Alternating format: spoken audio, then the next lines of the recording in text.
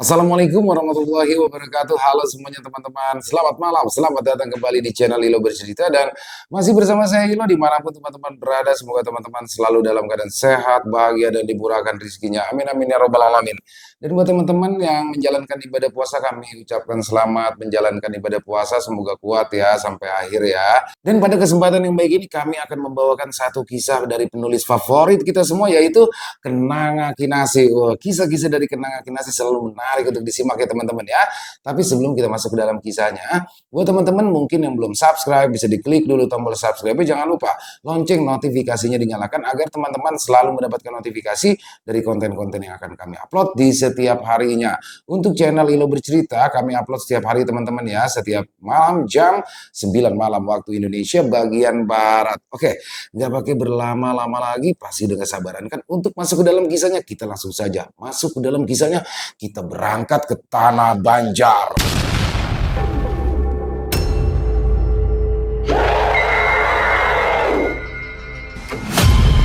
Mandau Abah Jamal untuk memilih Bulu Mariaban.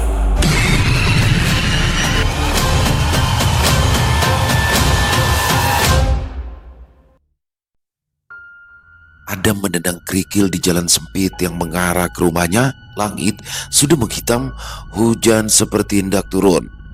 Tas usangnya terasa berat, mungkin karena berisi surat pemecatan dan beberapa barang pribadi dari loker kantornya. Wajah lelaki itu kusut, rambut yang biasanya tertata rapi kini acak-acakan serasi dengan kemeja biru pudar yang sudah setengah basah oleh keringat. Sepanjang perjalanan, pikirannya penuh oleh amarah dan penyesalan. Dia tidak menyangka semua akan berakhir seperti ini. Ketika sampai di depan rumah, Adam berhenti sejenak. Rumah itu kecil, berdinding semen kasar dengan cat yang mulai mengelupas di teras. Bangku paikat tua tampak menyedihkan seperti nasibnya. Dia menarik nafas panjang, berusaha menenangkan diri sebelum menghadapi istrinya Fitri. Tetapi begitu pintu dibuka, suara nyaring langsung menyambutnya. "Kak Adam, aku tunggu-tunggu dari tadi. Kenapa baru pulang?" Suara Fitri menggelegar dari ruang tamu. Satu tangannya memegang ponsel, sementara tangan lainnya memegang bungkus keripik. Adam diam, berjalan melewati Fitri tanpa bicara, tapi istrinya langsung bangkit. "Kamu tuli? Tidak mendengar apa kataku?" Fitri menyambar tas Adam. Entah kenapa perasaannya mendadak curiga sehingga ingin memeriksa tas suaminya. Dengan gerakan cepat, Fitri mengeluarkan surat pemecatan dari dalam tas. Wajahnya berubah seketika, dari penasaran menjadi penuh amarah. "Apa? Kamu dipecat?" jerit Fitri. Adam menduduk, dia enggan untuk menjawab. "Kenapa kamu bisa dipecat?" Fitri memukuli pundak Adam dengan gulungan surat itu. Adam akhirnya menjawab dengan suara pelan. Aku ketahuan mengambil uang perusahaan." Fitri mundur selangkah, matanya membelalak. "Apa? Mengambil uang perusahaan? Kamu gila? Apa yang kamu pikirkan sih?" Adam memandang istrinya dengan tatapan dingin. "Coba saja kamu pikir sendiri. Ini semua karena permintaanmu yang banyak itu. Tapi tidak pernah mau tahu apa gajiku cukup untuk membiayai semuanya." Fitri melipat tangan di dada. "Itu salah kamu juga. Kalau sadar gajimu kecil, ya cari kerjaan yang lebih baik. Jangan malah pakai uang kantor. Sekarang bagaimana aku bayar arisan kalau kamu dipecat begini?" Adam tertawa sinis. "Kamu masih bisa mikirin arisan di waktu begini, Fit? Hah? Aku itu sedang kehilangan pekerjaan. Aku bisa dipenjara kalau perusahaan ingin mengusut masalah ini lebih jauh." Fitri membanting surat pemecatan itu ke lantai dengan keras. "Itu masalah kamu. Kalau kamu masuk penjara, aku minta cerai. Aku gak mau hidup susah." Hati Adam semakin panas. Dia menahan diri agar tidak meluapkan amarah lebih jauh. Fit, apa kamu tidak pernah berpikir apa yang membuat kita hidup susah? Aku sudah bekerja banting tulang dari pagi sampai malam. Tapi kamu, tiap hari kamu cuma tahunya belanja, belanja dan ngeluh." Fitri mendekatkan wajahnya ke Adam, menantang suaminya dengan garang. "Sebagai suami, sudah seharusnya memberiku kehidupan yang layak. Adam mundur selangkah, lalu menjatuhkan tubuhnya ke sofa, matanya menatap langit-langit rumah yang penuh noda air hujan. Tangannya mencengkeram rambutnya sendiri karena merasa gemas. Ah, kamu sendiri tidak pernah tahu bagaimana perasaanku. Fitri menengus lalu melangkah masuk ke kamar. Sebelum masuk, dia berteriak lagi. Pokoknya aku nggak mau tahu ya. Besok kamu harus cari pekerjaan lagi. Aku nggak mau makan nasi sama garam. Brak! Pintu kamar itu tertutup keras. Adem menghela nafas berat. Kepalanya berdenyut.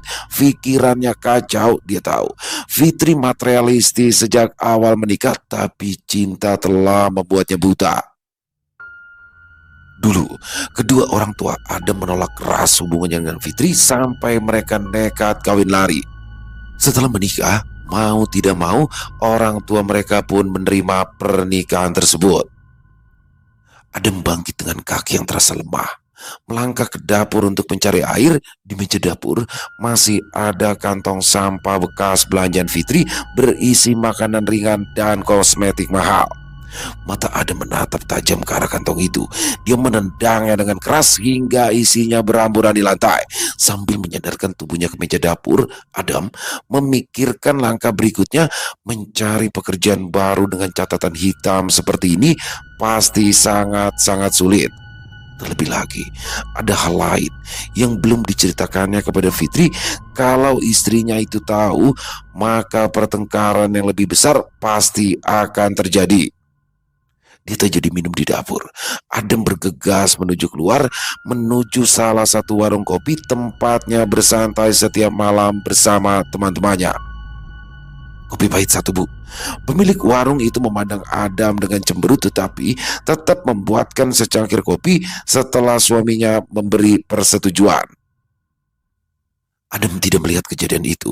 Dia duduk, lalu dengan tangan yang gemetar, Adam mengusap wajahnya yang kusut. Pikirannya tentang keadaan yang serba sulit kembali menyeruak. Dia mencuri uang perusahaan, bukan hanya karena permintaan Fitri yang tidak masuk akal, tetapi karena dia juga terjerat judi online, sehingga menanggung kerugian mencapai ratusan juta rupiah. Dari yang awalnya iseng berjudi dengan modal kecil, lalu dia kecanduan, siapa sangka semua menjadi bencana besar dalam hidupnya. Setelah larut malam, Adam baru berdiri dari warung. Dia lelah dan ingin segera beristirahat kalau bisa. Adam, suara pemilik warung menyadarkan lamunannya. Minumanmu belum dibayar. Hutang-hutangmu yang lama juga belum. Adam merogoh kantongnya dan menemukan hanya beberapa lembar uang ribuan yang sudah lusuh.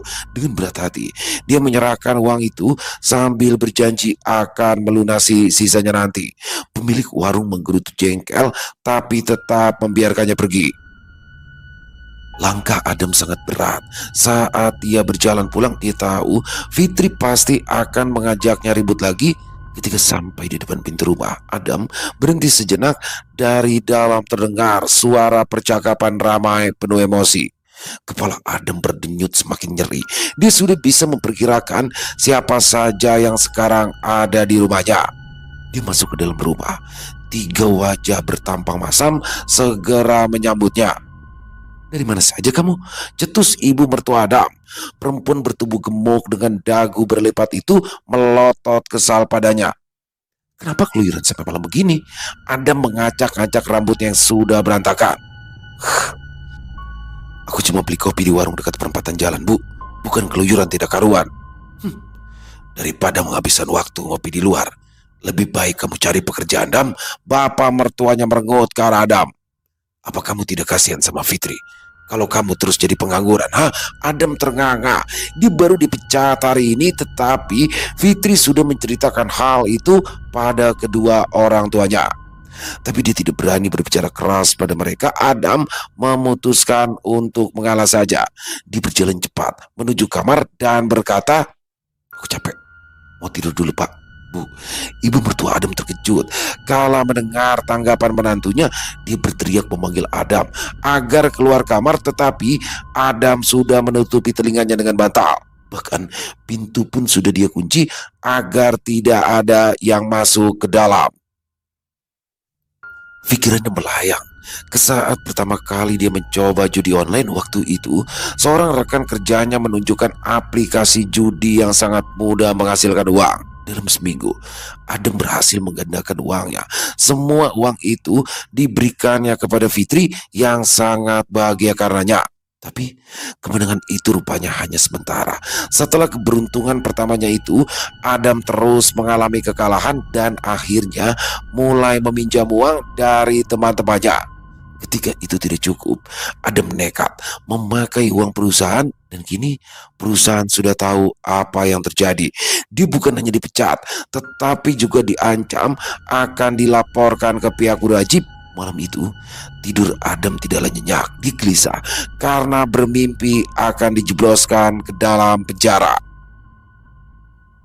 Matahari sudah tinggi menembus celah jendela kamar, sehingga membangunkan Adam. Dia menguap lebar, perutnya keroncongan karena belum makan sejak siang kemarin. Semoga Fitri sudah tidak marah lagi, pikirnya sambil berjalan gontai keluar kamar. Adam terdiam di depan ruang tamu dengan baju kusut dan rambut acak-acakan, sementara mertuanya berdiri di depannya dengan mata menyala penuh amarah. Ceraikan anakku hari ini juga. Kami tidak sudi Fitri hidup menderita karena punya suami yang tidak becus. Suara ibu mertuanya menggema di ruangan. Apa tidak bisa? Kita bicarakan nanti saja, Bu. Aku lapar. Belum sempat cuci muka. Tapi kalian sudah menuntut cerai. Ada menguap lebar. Kotoran mata terlihat jelas di sudut matanya. Ibu mertuanya menijakkan lidah. Dia jijik melihat Adam. Dalam hatinya dia heran. Kenapa Fitri mau menikah dengan lelaki menyedihkan seperti itu? Ceraikan aku sekarang. Ketus Fitri yang rupanya juga ada di tempat yang sama. Ada rasa perih di dada Adam. Setelah melewati perjuangan panjang, ternyata Fitri tak pernah menghargai. Bahkan dengan mudah dia meminta cerai saat Adam dalam keadaan terpuruk. Adam menunduk, tubuhnya terasa lemas, tidak tahu harus berkata apa. Sementara Fitri berdiri di belakang ayahnya dengan wajah yang masam, tangannya terlipat di dada. Ayah, cepat suruh dia mengucapkan talak, lalu pergi dari rumah ini. Aku tidak mau lihat mukanya lagi, ujar Fitri dingin. Adam, kamu dengar sendiri kan apa kata istrimu? Lanjut Pak Surya. Kamu tidak punya tempat di sini lagi. Loh, rumah ini kan hasil kerja kerasku. Kenapa aku yang harus keluar dari sini? Pak! Fitri menampar Adam dengan keras ketiga. Pipinya terasa panas, tetapi itu tidak seberapa dibanding sakit hati yang dirasakannya. Rumah yang ditinggali Adam dan Fitri memang berukuran kecil, tetapi Adam membelinya dengan menggunakan perhiasan yang ia ambil dari lemari ibunya sebelum memutuskan untuk pergi dari rumah. Meski caranya tidak benar, tapi bagaimanapun juga itu adalah milik Adam. Fitri tidak berhak mengusirnya. Seharusnya Adam yang menyuruh Fitri pergi dari sana. Adam mencoba membuka mulut, tapi suaranya tersangkut di tenggorokan. Dia melirik ke arah sang mertua yang bertubuh kekar. Tubuh Adam kurus. Kalau dia berani menentang, sudah bisa dipastikan dia akan dipukuli habis-habisan oleh ayahnya Fitri. Apalagi laki-laki parubaya itu dikenal sebagai mantan perampok yang tidak segan-segan melukai korbannya. Akhirnya Adam hanya bisa mengangguk pelan. Dengan langkah berat, dia berjalan menuju kamar, mengemasi beberapa barang ke dalam tas ransel. Fitri mengawasinya dari pintu kamar dengan tatapan penuh penghinaan. Jangan lupa ya, bawa semua barang-barangmu. Aku gak mau ada sisa-sisamu di rumah ini. Adam menghela nafas panjang, menahan diri agar tidak akan membalas ucapan istrinya yang sebentar lagi akan menjadi mantan istrinya. Dalam situasi seperti ini, perdebatan hanya akan memperburuk keadaan. Setelah selesai berkemas, dia berjalan keluar rumah tanpa menoleh lagi. Kamu belum ucapin talak, teriak Fitri keras sehingga para tetangga menoleh penasaran. Wajah Adam mengeras. Dia berbalik lalu mengucap, Fitri, mulai hari ini kamu sudah tidak menjadi istriku lagi. Dia segera pergi meninggalkan rumah hanya dengan beberapa helai pakaian. Saat itu dirinya seperti kehilangan arah.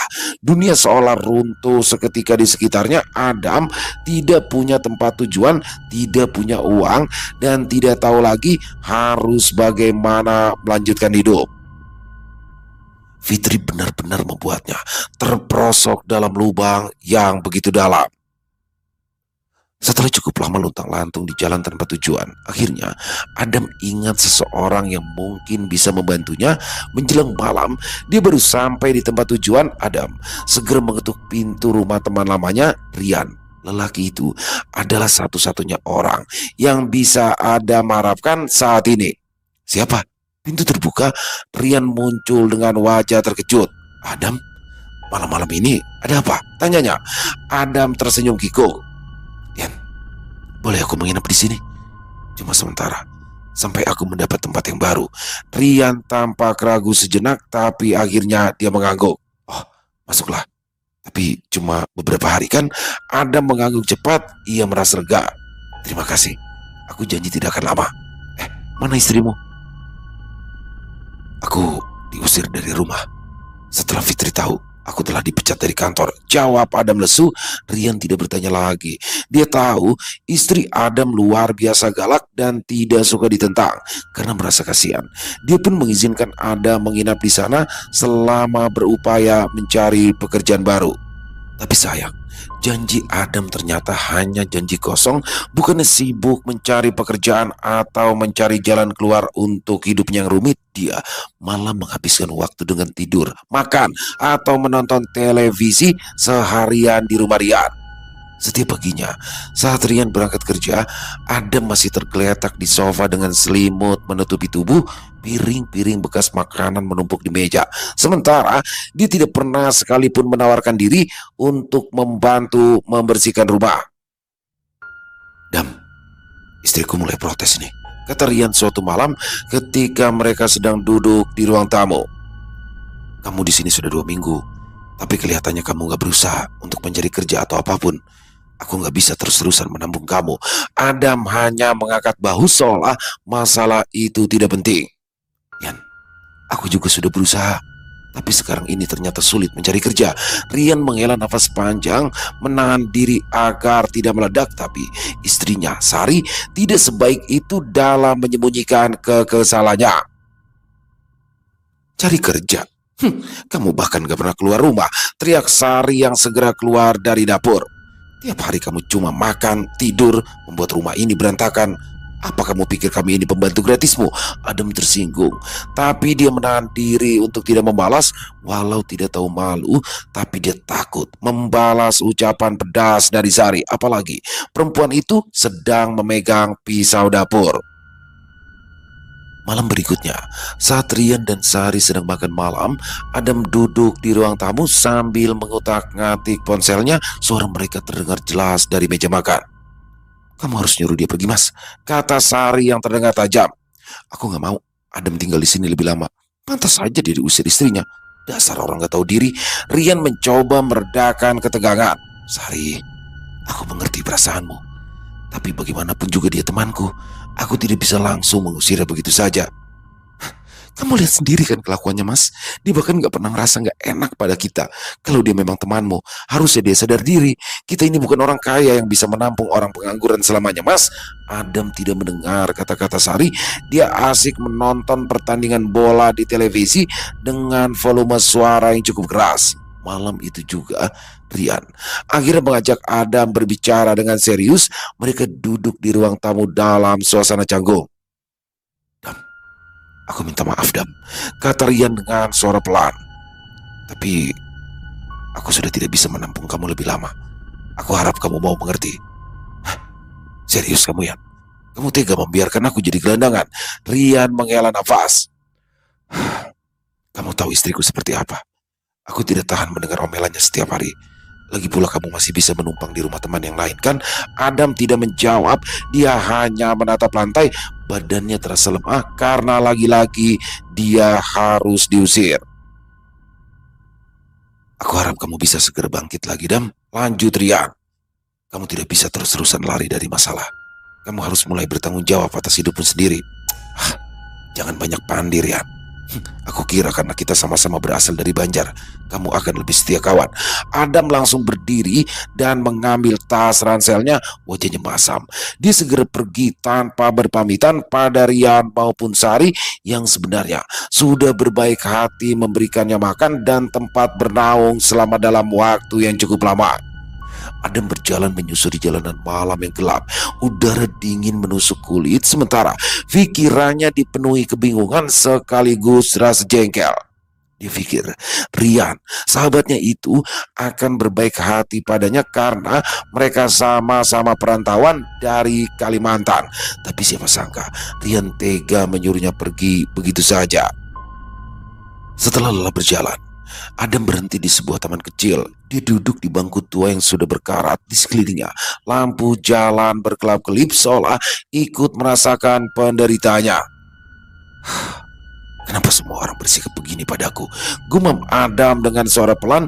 Dia sibuk menyalahkan orang lain tanpa menyadari semua itu terjadi karena dirinya sendiri, karena keputusan-keputusan bodoh yang dia ambil tanpa memikirkan konsekuensinya.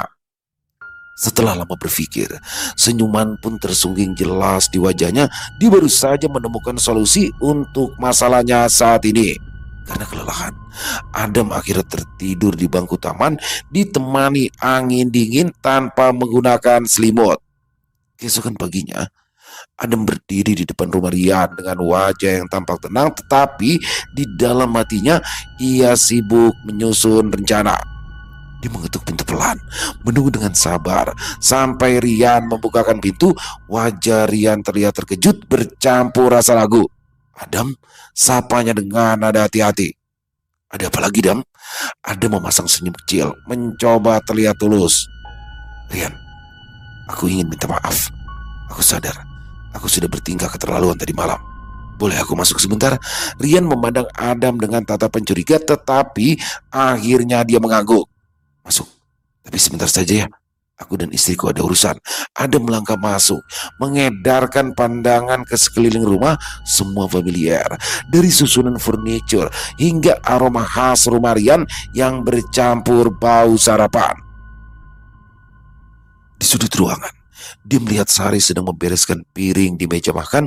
Perempuan itu langsung memalingkan wajah, enggan menatap Adam. Apalagi kamu kesini? Tanya Sari dingin sambil melipat tangan di dada. Adam menunduk sedikit, berusaha mereda. Aku cuma mau minta maaf, Mbak. Aku salah. Aku tidak seharusnya menyusahkan kalian selama ini. Sari hanya mendengus kecil. Bilang maaf doang gak cukup kalau kelakuanmu gak berubah. Rian menyela, mencoba menengahi suasana. Sudahlah Sari, dia datang untuk meminta maaf.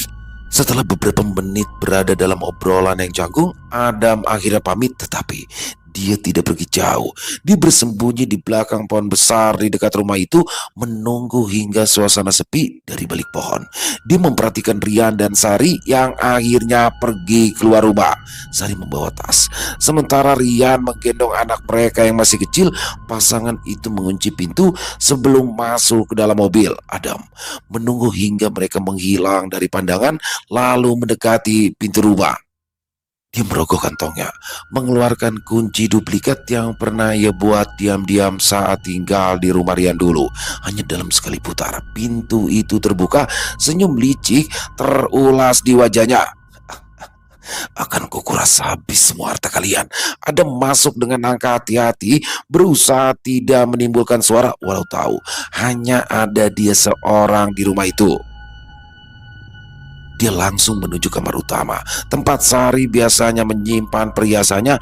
Adam segera membuka lemari dengan cekatan, menemukan kotak kecil berisikan kalung emas, cincin, dan gelang yang bersinar memantulkan cahaya redup dari lampu kamar.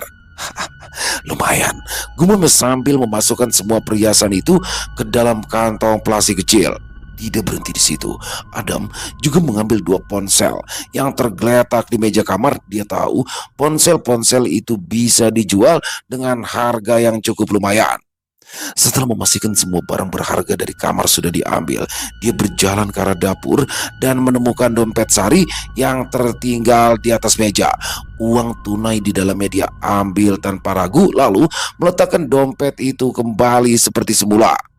Setelah memastikan tidak ada yang terlewat, Adam meninggalkan rumah dengan langkah cepat, menutup pintu dengan hati-hati agar tidak meninggalkan jejak.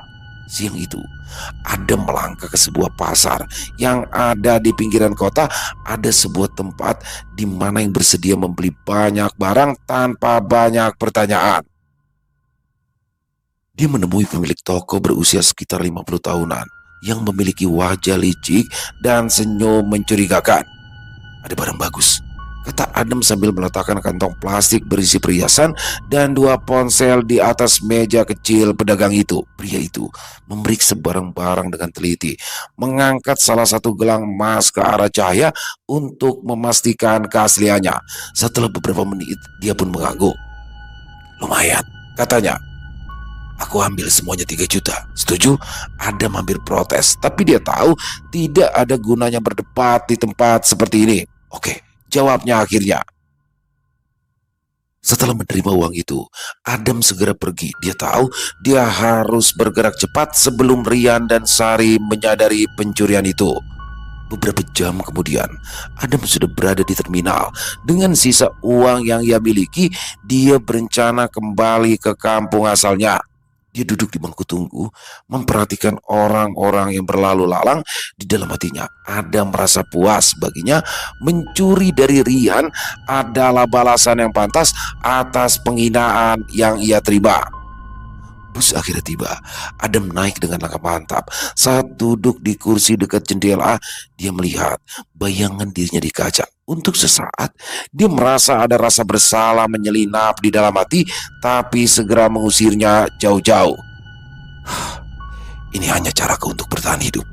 Lagi pula, tidak satu pun di antara mereka yang peduli dengan nasibku, pikirnya sambil tersenyum tipis. Bus mulai bergerak, meninggalkan kota itu dan semua kenangan pahitnya. Adam menatap keluar jendela, tidak peduli pada konsekuensi apapun yang mungkin menantinya di masa depan. Yang penting, untuk saat ini, dia sudah bebas. Begitu tiba di kampung halamannya, Adam tidak langsung pulang ke rumah. Percuma, dia hanya akan diusir oleh kedua orang tuanya. Jadi, dia memutuskan pergi menemui Randy. Dia masih ingat rumah teman sepermainannya saat remaja dulu itu. Stop di sini, Mang, tegur Adam pada tukang ojek yang mengantarnya ke rumah Randy. Dia segera membayar upah ojek, lalu mengetuk pintu rumah Randy. Rumahnya tidak besar, hanya sebuah bangunan memanjang dengan dinding papan. Bau asap rokok yang menusuk langsung menyambut begitu pintu terbuka. Adam, lelaki bertelanjang dada dengan rambut berantakan itu, sempat terkejut melihat kemunculan teman lamanya. Lawas Banar Ikam kada kelihatan. Kemana saja aja selawas ini? Ada menyeringai masam, lantas menceritakan alasan kenapa selama ini dia pergi. Randy tertawa terbahak-bahak kala mendengar penjelasan dari teman lamanya itu. Jadi apa? Hah? Yang mau kau lakukan di sini? Tanya Randy sambil menyulut rokok menggunakan mancis yang sejak tadi dipegangnya. Ada menyeringai kecil. Aku perlu bantuanmu, Ren. Randy terkekeh. Ayo masuk, kita bicara di dalam. Di dalam rumah yang berantakan, Randy menyimak keluhan-keluhan Adam sambil menghisap rokok. Randy mengangguk-angguk faham. Ikam tahu apa gawianku, Dam? Tanya Randy setelah Adam selesai bercerita. Adam menggeleng. Tentu saja dia tidak tahu apa pekerjaan teman lamanya itu karena mereka cukup lama berpisah. Randy berbisik di telinga Adam. Lelaki itu langsung terbelalak kala mendengar apa yang baru saja dikatakannya. Dia memperhatikan Randy lebih seksama lagi. Tubuh temannya itu kurus kering, tapi siapa sangka kalau pekerjaannya sangat menantang. Kamu tidak takut ditangkap polisi? Randy menyeringai lebar. Kamu tidak takut dikeroyok orang? Kamu pikir aku masuk ke dunia ini tanpa pegangan apa-apa, hah? Balas Randy. Adam, pekerjaanku ini keras. Kalau mau bertahan, haruslah punya bekal. Mulai dari ilmu supaya bisa mengecoh mata orang lain, ditambah lagi ilmu kebal atau taguh dari senjata tajam. Ada mengerjit. Ilmu taguh? Kenapa? Hah? Kamu mau? belajar ilmu tahu juga. Adam merenung beberapa saat. Kondisinya saat ini sudah tidak menguntungkan. Pasti sulit untuk menemukan pekerjaan yang lebih baik. Dia memandang Randy, lalu memikirkan pekerjaan yang dijalani oleh temannya itu. Randy mengaku dia punya komplotan yang sering berjaga di jalan sepi tiap malamnya dan mengincar pengendara yang sedang apes. Adam di sini mulai tergiur. Pekerjaan itu terdengar menyenangkan karena memberikan keuntungan lumayan tanpa harus bekerja sepanjang hari lalu dimarahi bos karena tidak memenuhi target. Tentang risiko tertangkap polisi atau warga. Bukankah kata Randy tadi ada ilmu yang bisa membantu mereka agar tetap aman? Apa kalian masih membutuhkan tambahan satu orang lagi? Bukan menjawab pertanyaan Randy, Adam justru balas bertanya. Kamu sudah yakin? Randy langsung menyipitkan mata. Adam mengangguk serius. Maka cepat beritahu aku, di mana belajar ilmu tagu itu? Randy mencondongkan tubuhnya ke depan. Di Bawuluan. Ada orang yang bisa membantu orang-orang seperti kita. Kamu bisa pilih minyak untalan atau hanya mandi tagu saja. Dijamin tubuhmu tahan bacokan, tusukan, bahkan tembakan. Adam langsung menyetujui tanpa berpikir panjang. Oke, aku siap. Ayo, bawa aku ke sana. Randy segera membuang puntung rokoknya. Biasanya dia tidak bertindak gegabah menceritakan pekerjaannya ini, tetapi karena Adam adalah teman lamanya, dia tidak keberatan kalau Adam ikut bergabung. Setelah makan siang, Randy membawa Adam ke sebuah tempat yang sudah sering didatanginya dengan menggunakan motor.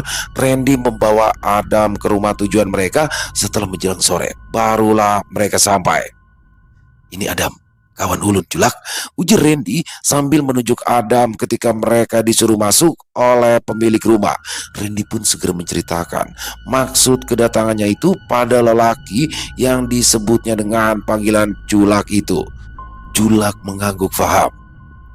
Jadi, Ika hendak mandi tagu tuh? Ada memandang Julak yang rambutnya masih hitam itu dengan tatapan menilai. Dari cerita Randy, Julak seharusnya sudah berumur 80 tahun, tetapi dia belum terlihat menua.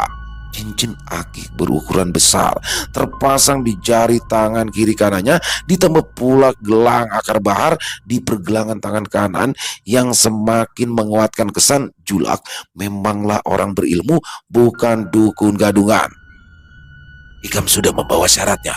Julak bertanya, apakah Randy sudah membawa barang yang dibutuhkan? Randy segera mengeluarkan 2 helai kain berwarna hitam dan warna putih. Dia juga membawa bunga yang terdiri dari kenanga, mawar, melati, dan beberapa jenis bunga lainnya lagi. Ayo, kita ke belakang rumah, ajak Julak yang berjalan lebih dulu. Adam mengikuti Julak ke kamar mandi yang lantainya terbuat dari papan kayu ulin dan dikelilingi seng sebagai dinding pembatas. Julak menyuruh Adam memakai 2 helai kain itu sementara dia menyiapkan air untuk memandikan Adam. Randy yang sudah pernah mandi tagu memilih menunggu di ruang depan sambil kembali merokok. Tidak butuh waktu lama. Beberapa saat kemudian Adam sudah selesai melakukan ritualnya. Julak mengambil sebilah parang tajam dan menyuruh Randy untuk memotong beberapa helai rambut Adam. Tetapi parang itu tidak berhasil memotong rambut Adam sama sekali. Bahkan ketika digesek-gesekkan ke tangan Adam, tidak ada luka yang ditimbulkannya. Mungkin sudah tumpul, kata Adam ragu. Julak terkekeh. Parang yang sama digunakannya untuk membelah bambu yang seketika langsung terbelah 2. Coba jajak, pinta Julak pada Adam. Julak meletakkan parang tersebut di lantai dengan mata menghadap ke atas. Julak meminta Adam untuk menginjak parang tersebut. Adam bimbang sejenak, tapi tatapan tajam dari Julak dan Randy membuatnya melangkah maju. Dengan hati-hati, dia meletakkan kedua telapak kakinya di atas mata parang. Rasa dingin logam langsung menusuk kulitnya, tetapi hanya itu yang dirasakannya. Jajak yang kuat, perintah Julak karena merasakan keraguan Adam. Adam menginjak mata parang dengan sepenuh tenaga. Ternyata memang benar, dia tidak terluka sedikit pun. Kayak apa? Percayalah sudah. Adam tersenyum lebar. Tentu saja sekarang dia percaya pada apa yang dikatakan Julak tadi. Setelah menjalani ritual mandi tagu, Adam memang merasakan ada sesuatu yang berbeda dalam dirinya. Tubuhnya terasa lebih kuat, perasaannya juga menjadi lebih tajam. Dunia yang dulu tampak keras dan juga sulit kini terasa mudah. Setiap orang di sekitarnya menjadi takut menatap mata Adam. Selain bergabung dengan komplotan Randy, Adam juga sering menghabiskan waktunya di pinggir jalan besar yang dipenuhi warung kaki lima. Dia mendadak mengaku sebagai penjaga keamanan di tempat tersebut, sehingga harus semua orang yang membuka usaha di sana wajib memberikan uang keamanan setiap malam. Semakin lama, Adam semakin sering bertindak semena-mena, seperti sore itu ketika dia mendatangi sebuah warung kopi yang biasa dipakai tukang ojek untuk menunggu penumpang. Di sana, beberapa tukang ojek sudah duduk berkelompok, bercengkrama sambil menunggu para penumpang. Adam mendekat dengan langkah besar, memperlihatkan sikap takjub. "Oi, kalian sudah bayar uang keamanan bulan ini?" tanyanya sambil menatap mereka satu persatu. Mereka semua saling berpandangan ketakutan, lalu merogoh saku masing-masing. Semua orang di sana tahu orang seperti Adam tidak bisa disangka. Dalam sekejap, uang yang mereka dapatkan hari itu berpindah tempat ke kantong Adam. Saat dia pergi meninggalkan mereka, terdengar bisik-bisik ketakutan di belakangnya. Mereka semua tahu berurusan dengan Adam bukanlah pilihan yang bijak. Kehidupan Adam kini jauh lebih mudah. Semua orang kini sangat hormat, bahkan takut padanya. Uang datang tanpa harus bekerja keras. Namun Adam sepertinya belum puas juga. Dia kembali datang ke rumah Julak dan meminta dicarikan bulu Mariaban. "Gasan apa lagi tuh?" Bulu Mariaban itu ngalih cariannya. Julak sebenarnya menyimpan beberapa helai bulu Mariaban, tetapi dia ingin memasang harga yang lebih mahal. "Ulun wadi bayar berapa aja yang pian minta. Asal bulu Mariaban itu ada." Adam bersedia membayar berapa saja asal dia mendapatkan bulu makhluk gaib yang sangat menakutkan itu. Julak mengelus dagunya sambil mengangguk-ngangguk beberapa kali. "Ya cobaan datangi lagi malam Jumat kina." Benar saja, malam Jumat berikutnya Adam kembali datang ke rumah Julak. Wajahnya berseri-seri saat dia melihat bulu Mariaban yang sudah disiapkan dalam botol transparan. "Berapa mahar ya Julak?" Julak menyebutkan sejumlah rupiah untuk mahar bulu Mariaban itu yang langsung disanggupi oleh Adam. Tanpa segan, ia segera mengeluarkan sekepok uang dari dalam tasnya. Lagi pula, uang nanti bisa didapatkannya dengan mudah oleh Adam. Dia tinggal meminta pada pemilik warung di wilayahnya. Kalau mereka berani menolak, maka Adam akan menghancurkan warung mereka. Setelah menelan bulu Mariaban, kelakuan Adam semakin merajalela. Dia tidak takut pada siapa-siapa lagi, bahkan pada polisi sekalipun. Setiap orang yang mendengar namanya merasa tak berdaya. Satu bentakan saja dari Adam sudah membuat lutut orang yang dibentak itu terasa langsung lemas. Adam semakin angkuh karena merasa tidak ada orang yang bisa mengalahkannya. Dunia seolah berada dalam genggamannya, dan setiap orang yang menghalangi jalannya pasti akan ia tekan habis-habisan. Namun semuanya berubah di luar dugaan Adam.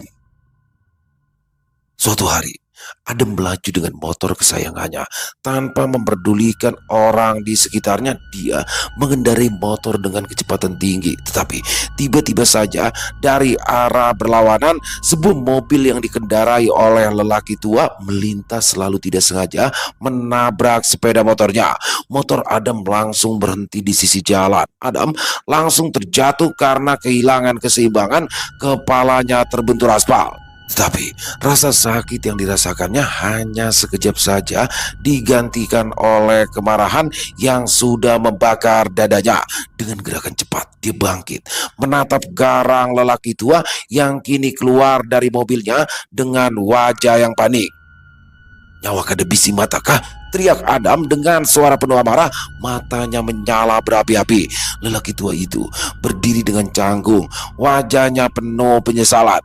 "Ampun, maaf, Maaf Pak, saya tidak sengaja. Adam tidak peduli. Di matanya, lelaki tua itu sudah melakukan kesalahan besar sehingga motor kesayangannya rusak. Tanpa berkata apa-apa lagi, Adam melayangkan pukulan keras ke arah wajah lelaki tua itu. Bung!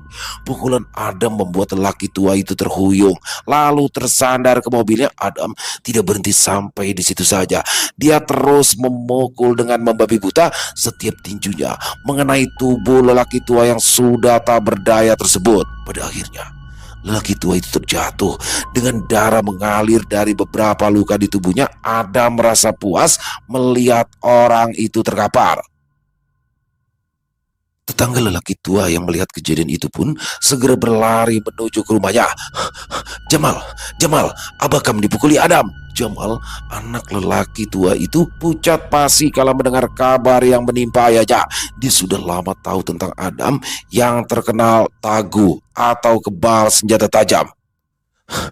Lakasi tolongi Abakam, jangan sampai inya mati dipukuli Adam. Tetangganya mendesak agar Jamal segera bertindak, tetapi Jamal tahu dia tak akan bisa mengalahkan Adam hanya dengan tangan kosong. Salah langkah bisa jadi dia gagal menyelamatkan nyawa sang ayah. Tanpa banyak bicara, Jamal masuk ke dalam rumah lalu meraih sebilah mandau. Kata Jamal sambil membawa mandau yang sudah terlepas dari kumpang. Mandau itu berkilat tajam karena ayah Jamal selalu menjaganya dengan baik selama ini. Tidak ada alasan untuk dia menggunakan mandau itu, tapi pada akhirnya hari ini Jamal mengeluarkan benda tajam tersebut. Demi Abah mah, mohon Jamal sepenuh hati. Ibunya dengan tangan gemetar mulai menggosok-gosokkan bila tajam mandau tersebut ke kemaluannya. Hanya inilah satu-satunya cara untuk menaklukkan Adam yang sudah semena-mena terhadap mereka. Setelah selesai, Jamal langsung membawanya menuju lokasi kejadian. Sementara sang ibu meneteskan air mata yang terasa panas di pipi. Mereka tidak punya pilihan lain lagi demi menyelamatkan ayah Jamal. Begitu tiba di tempat Adam berada, Jamal tidak ragu lagi. Dia langsung menghampiri Adam yang sedang duduk di atas motor sambil menghitung uang dari dalam dompet lelaki tua yang sudah tak berdaya itu. Dia menoleh ke arah Jamal, lalu tertawa kala melihat lelaki itu mendekat dengan bandau di tangan. Anda mati juga kan nyawa? Tanya Adam dengan nada meremehkan. Matanya menatap Jamal dengan sinis. Jamal tidak menyahut. Dia langsung mengangkat mandau dan melayangkan tebasan pertama. Adam tidak menghindar. Dia malah tertawa keras karena ulah Jamal yang terasa lucu di matanya. Cas! Tawanya terhenti ketika dia merasakan perih di pangkal lengan. Bajunya sobek seketika, disusul dengan kulit yang juga robek. Darah mengalir deras dari luka yang menganga lebar. Menghindar dengan gesit, tapi mandau itu terlalu cepat. Wajah Adam memucat ketika ia menyadari ilmu kebalnya tak berfungsi di hadapan mandau Jamal. Tetapi karena pada dasarnya dia tak mau kalah, Adam bukannya lari, tetapi dia justru merangsek maju ke arah Jamal. Dia meninju Jamal, tetapi hanya mengenai angin, sedangkan mandau Jamal berkali-kali berhasil melukai tubuhnya. Belasan luka muncul di tubuh Adam, sampai dia akhirnya jatuh tergeletak di tanah yang sudah bersimbah darah. Ampun, ampun, rintinya yang sudah tak sanggup menahan sakit. Tetapi Jamal yang sudah kesetanan terus menghantamkan mandau. Kali ini dia menyasar leher Adam. Mandau yang tajam itu mengiris kulit dan daging, lalu tulang leher Adam. Darah menyembur keluar dari urat nadi yang terpotong. Lelaki itu kelojotan kesakitan, tetapi tidak ada satu orang pun yang kasihan melihatnya. Diam-diam semua orang justru bersyukur karena sampah masyarakat itu akhirnya tewas mengenaskan. Selesai. Wow, luar biasa, ngeri banget kisahnya ya. Bagaimana di sini Adam nih jadi bener-bener sosok yang ngeselin banget ya. Pertama sih kasihan ngeliat Adam habis dipecat, terus dizolimi lah sama istrinya ya, diusir, disuruh pergi sama istrinya. Tapi kesini-sini kok malah ngeselin. Ternyata dia memakai uang perusahaan sampai dia akhirnya dipecat tuh gara-gara salah satunya judol dan akhirnya merembet ke semuanya dan emang orangnya males pulang ke kampung halamannya malah di situ jadi preman. Dia pakai bulu mariaban. Jadi kalau bulu mariaban ini memang agak sedikit ini ya teman info ya buat teman-teman ya.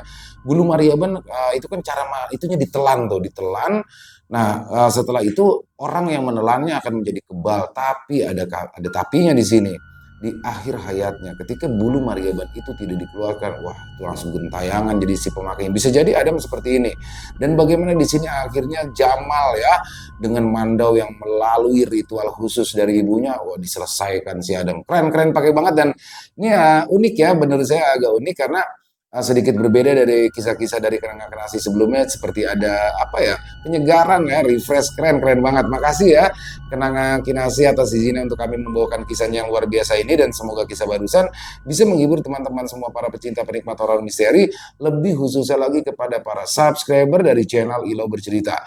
Buat teman-teman yang suka dengan videonya bisa diklik tombol like atau tombol jempolnya, boleh juga dong dibantu di share ya link videonya ini ke teman-teman yang lain agar juga ikut merasa terhibur. Dan buat teman-teman juga yang punya komentar lain, yang punya pendapat lain bisa menuliskannya di dalam kolom komentar ataupun yang sekedar saling menyapa silakan, insya Allah kami akan menjawab satu persatu. Dan buat teman-teman yang belum subscribe, yuk diklik tombol subscribe, jangan lupa lonceng notifikasinya dinyalakan agar teman-teman selalu mendapatkan notifikasi dari konten-konten yang akan kami upload di setiap harinya.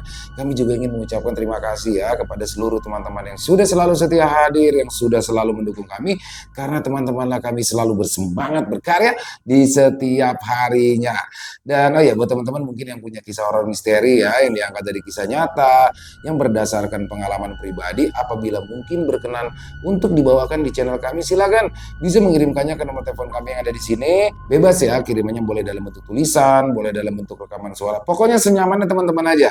Dan buat teman-teman yang sudah mengirimkan kisah, kami ucapkan terima kasih. Di akhir kata, saya Ilo mengucapkan permohonan maaf apabila mungkin dalam pembawaan kisahnya barusan ada kata-kata saya yang salah ataupun ada kata-kata saya mungkin yang kurang berkenan di hati teman-teman. Saya mohon dibukakan pintu maaf yang seluas-luasnya. Sampai berjumpa lagi di konten-konten kami selanjutnya yang pasti tidak kalah serunya, yang pasti tidak kalah horornya.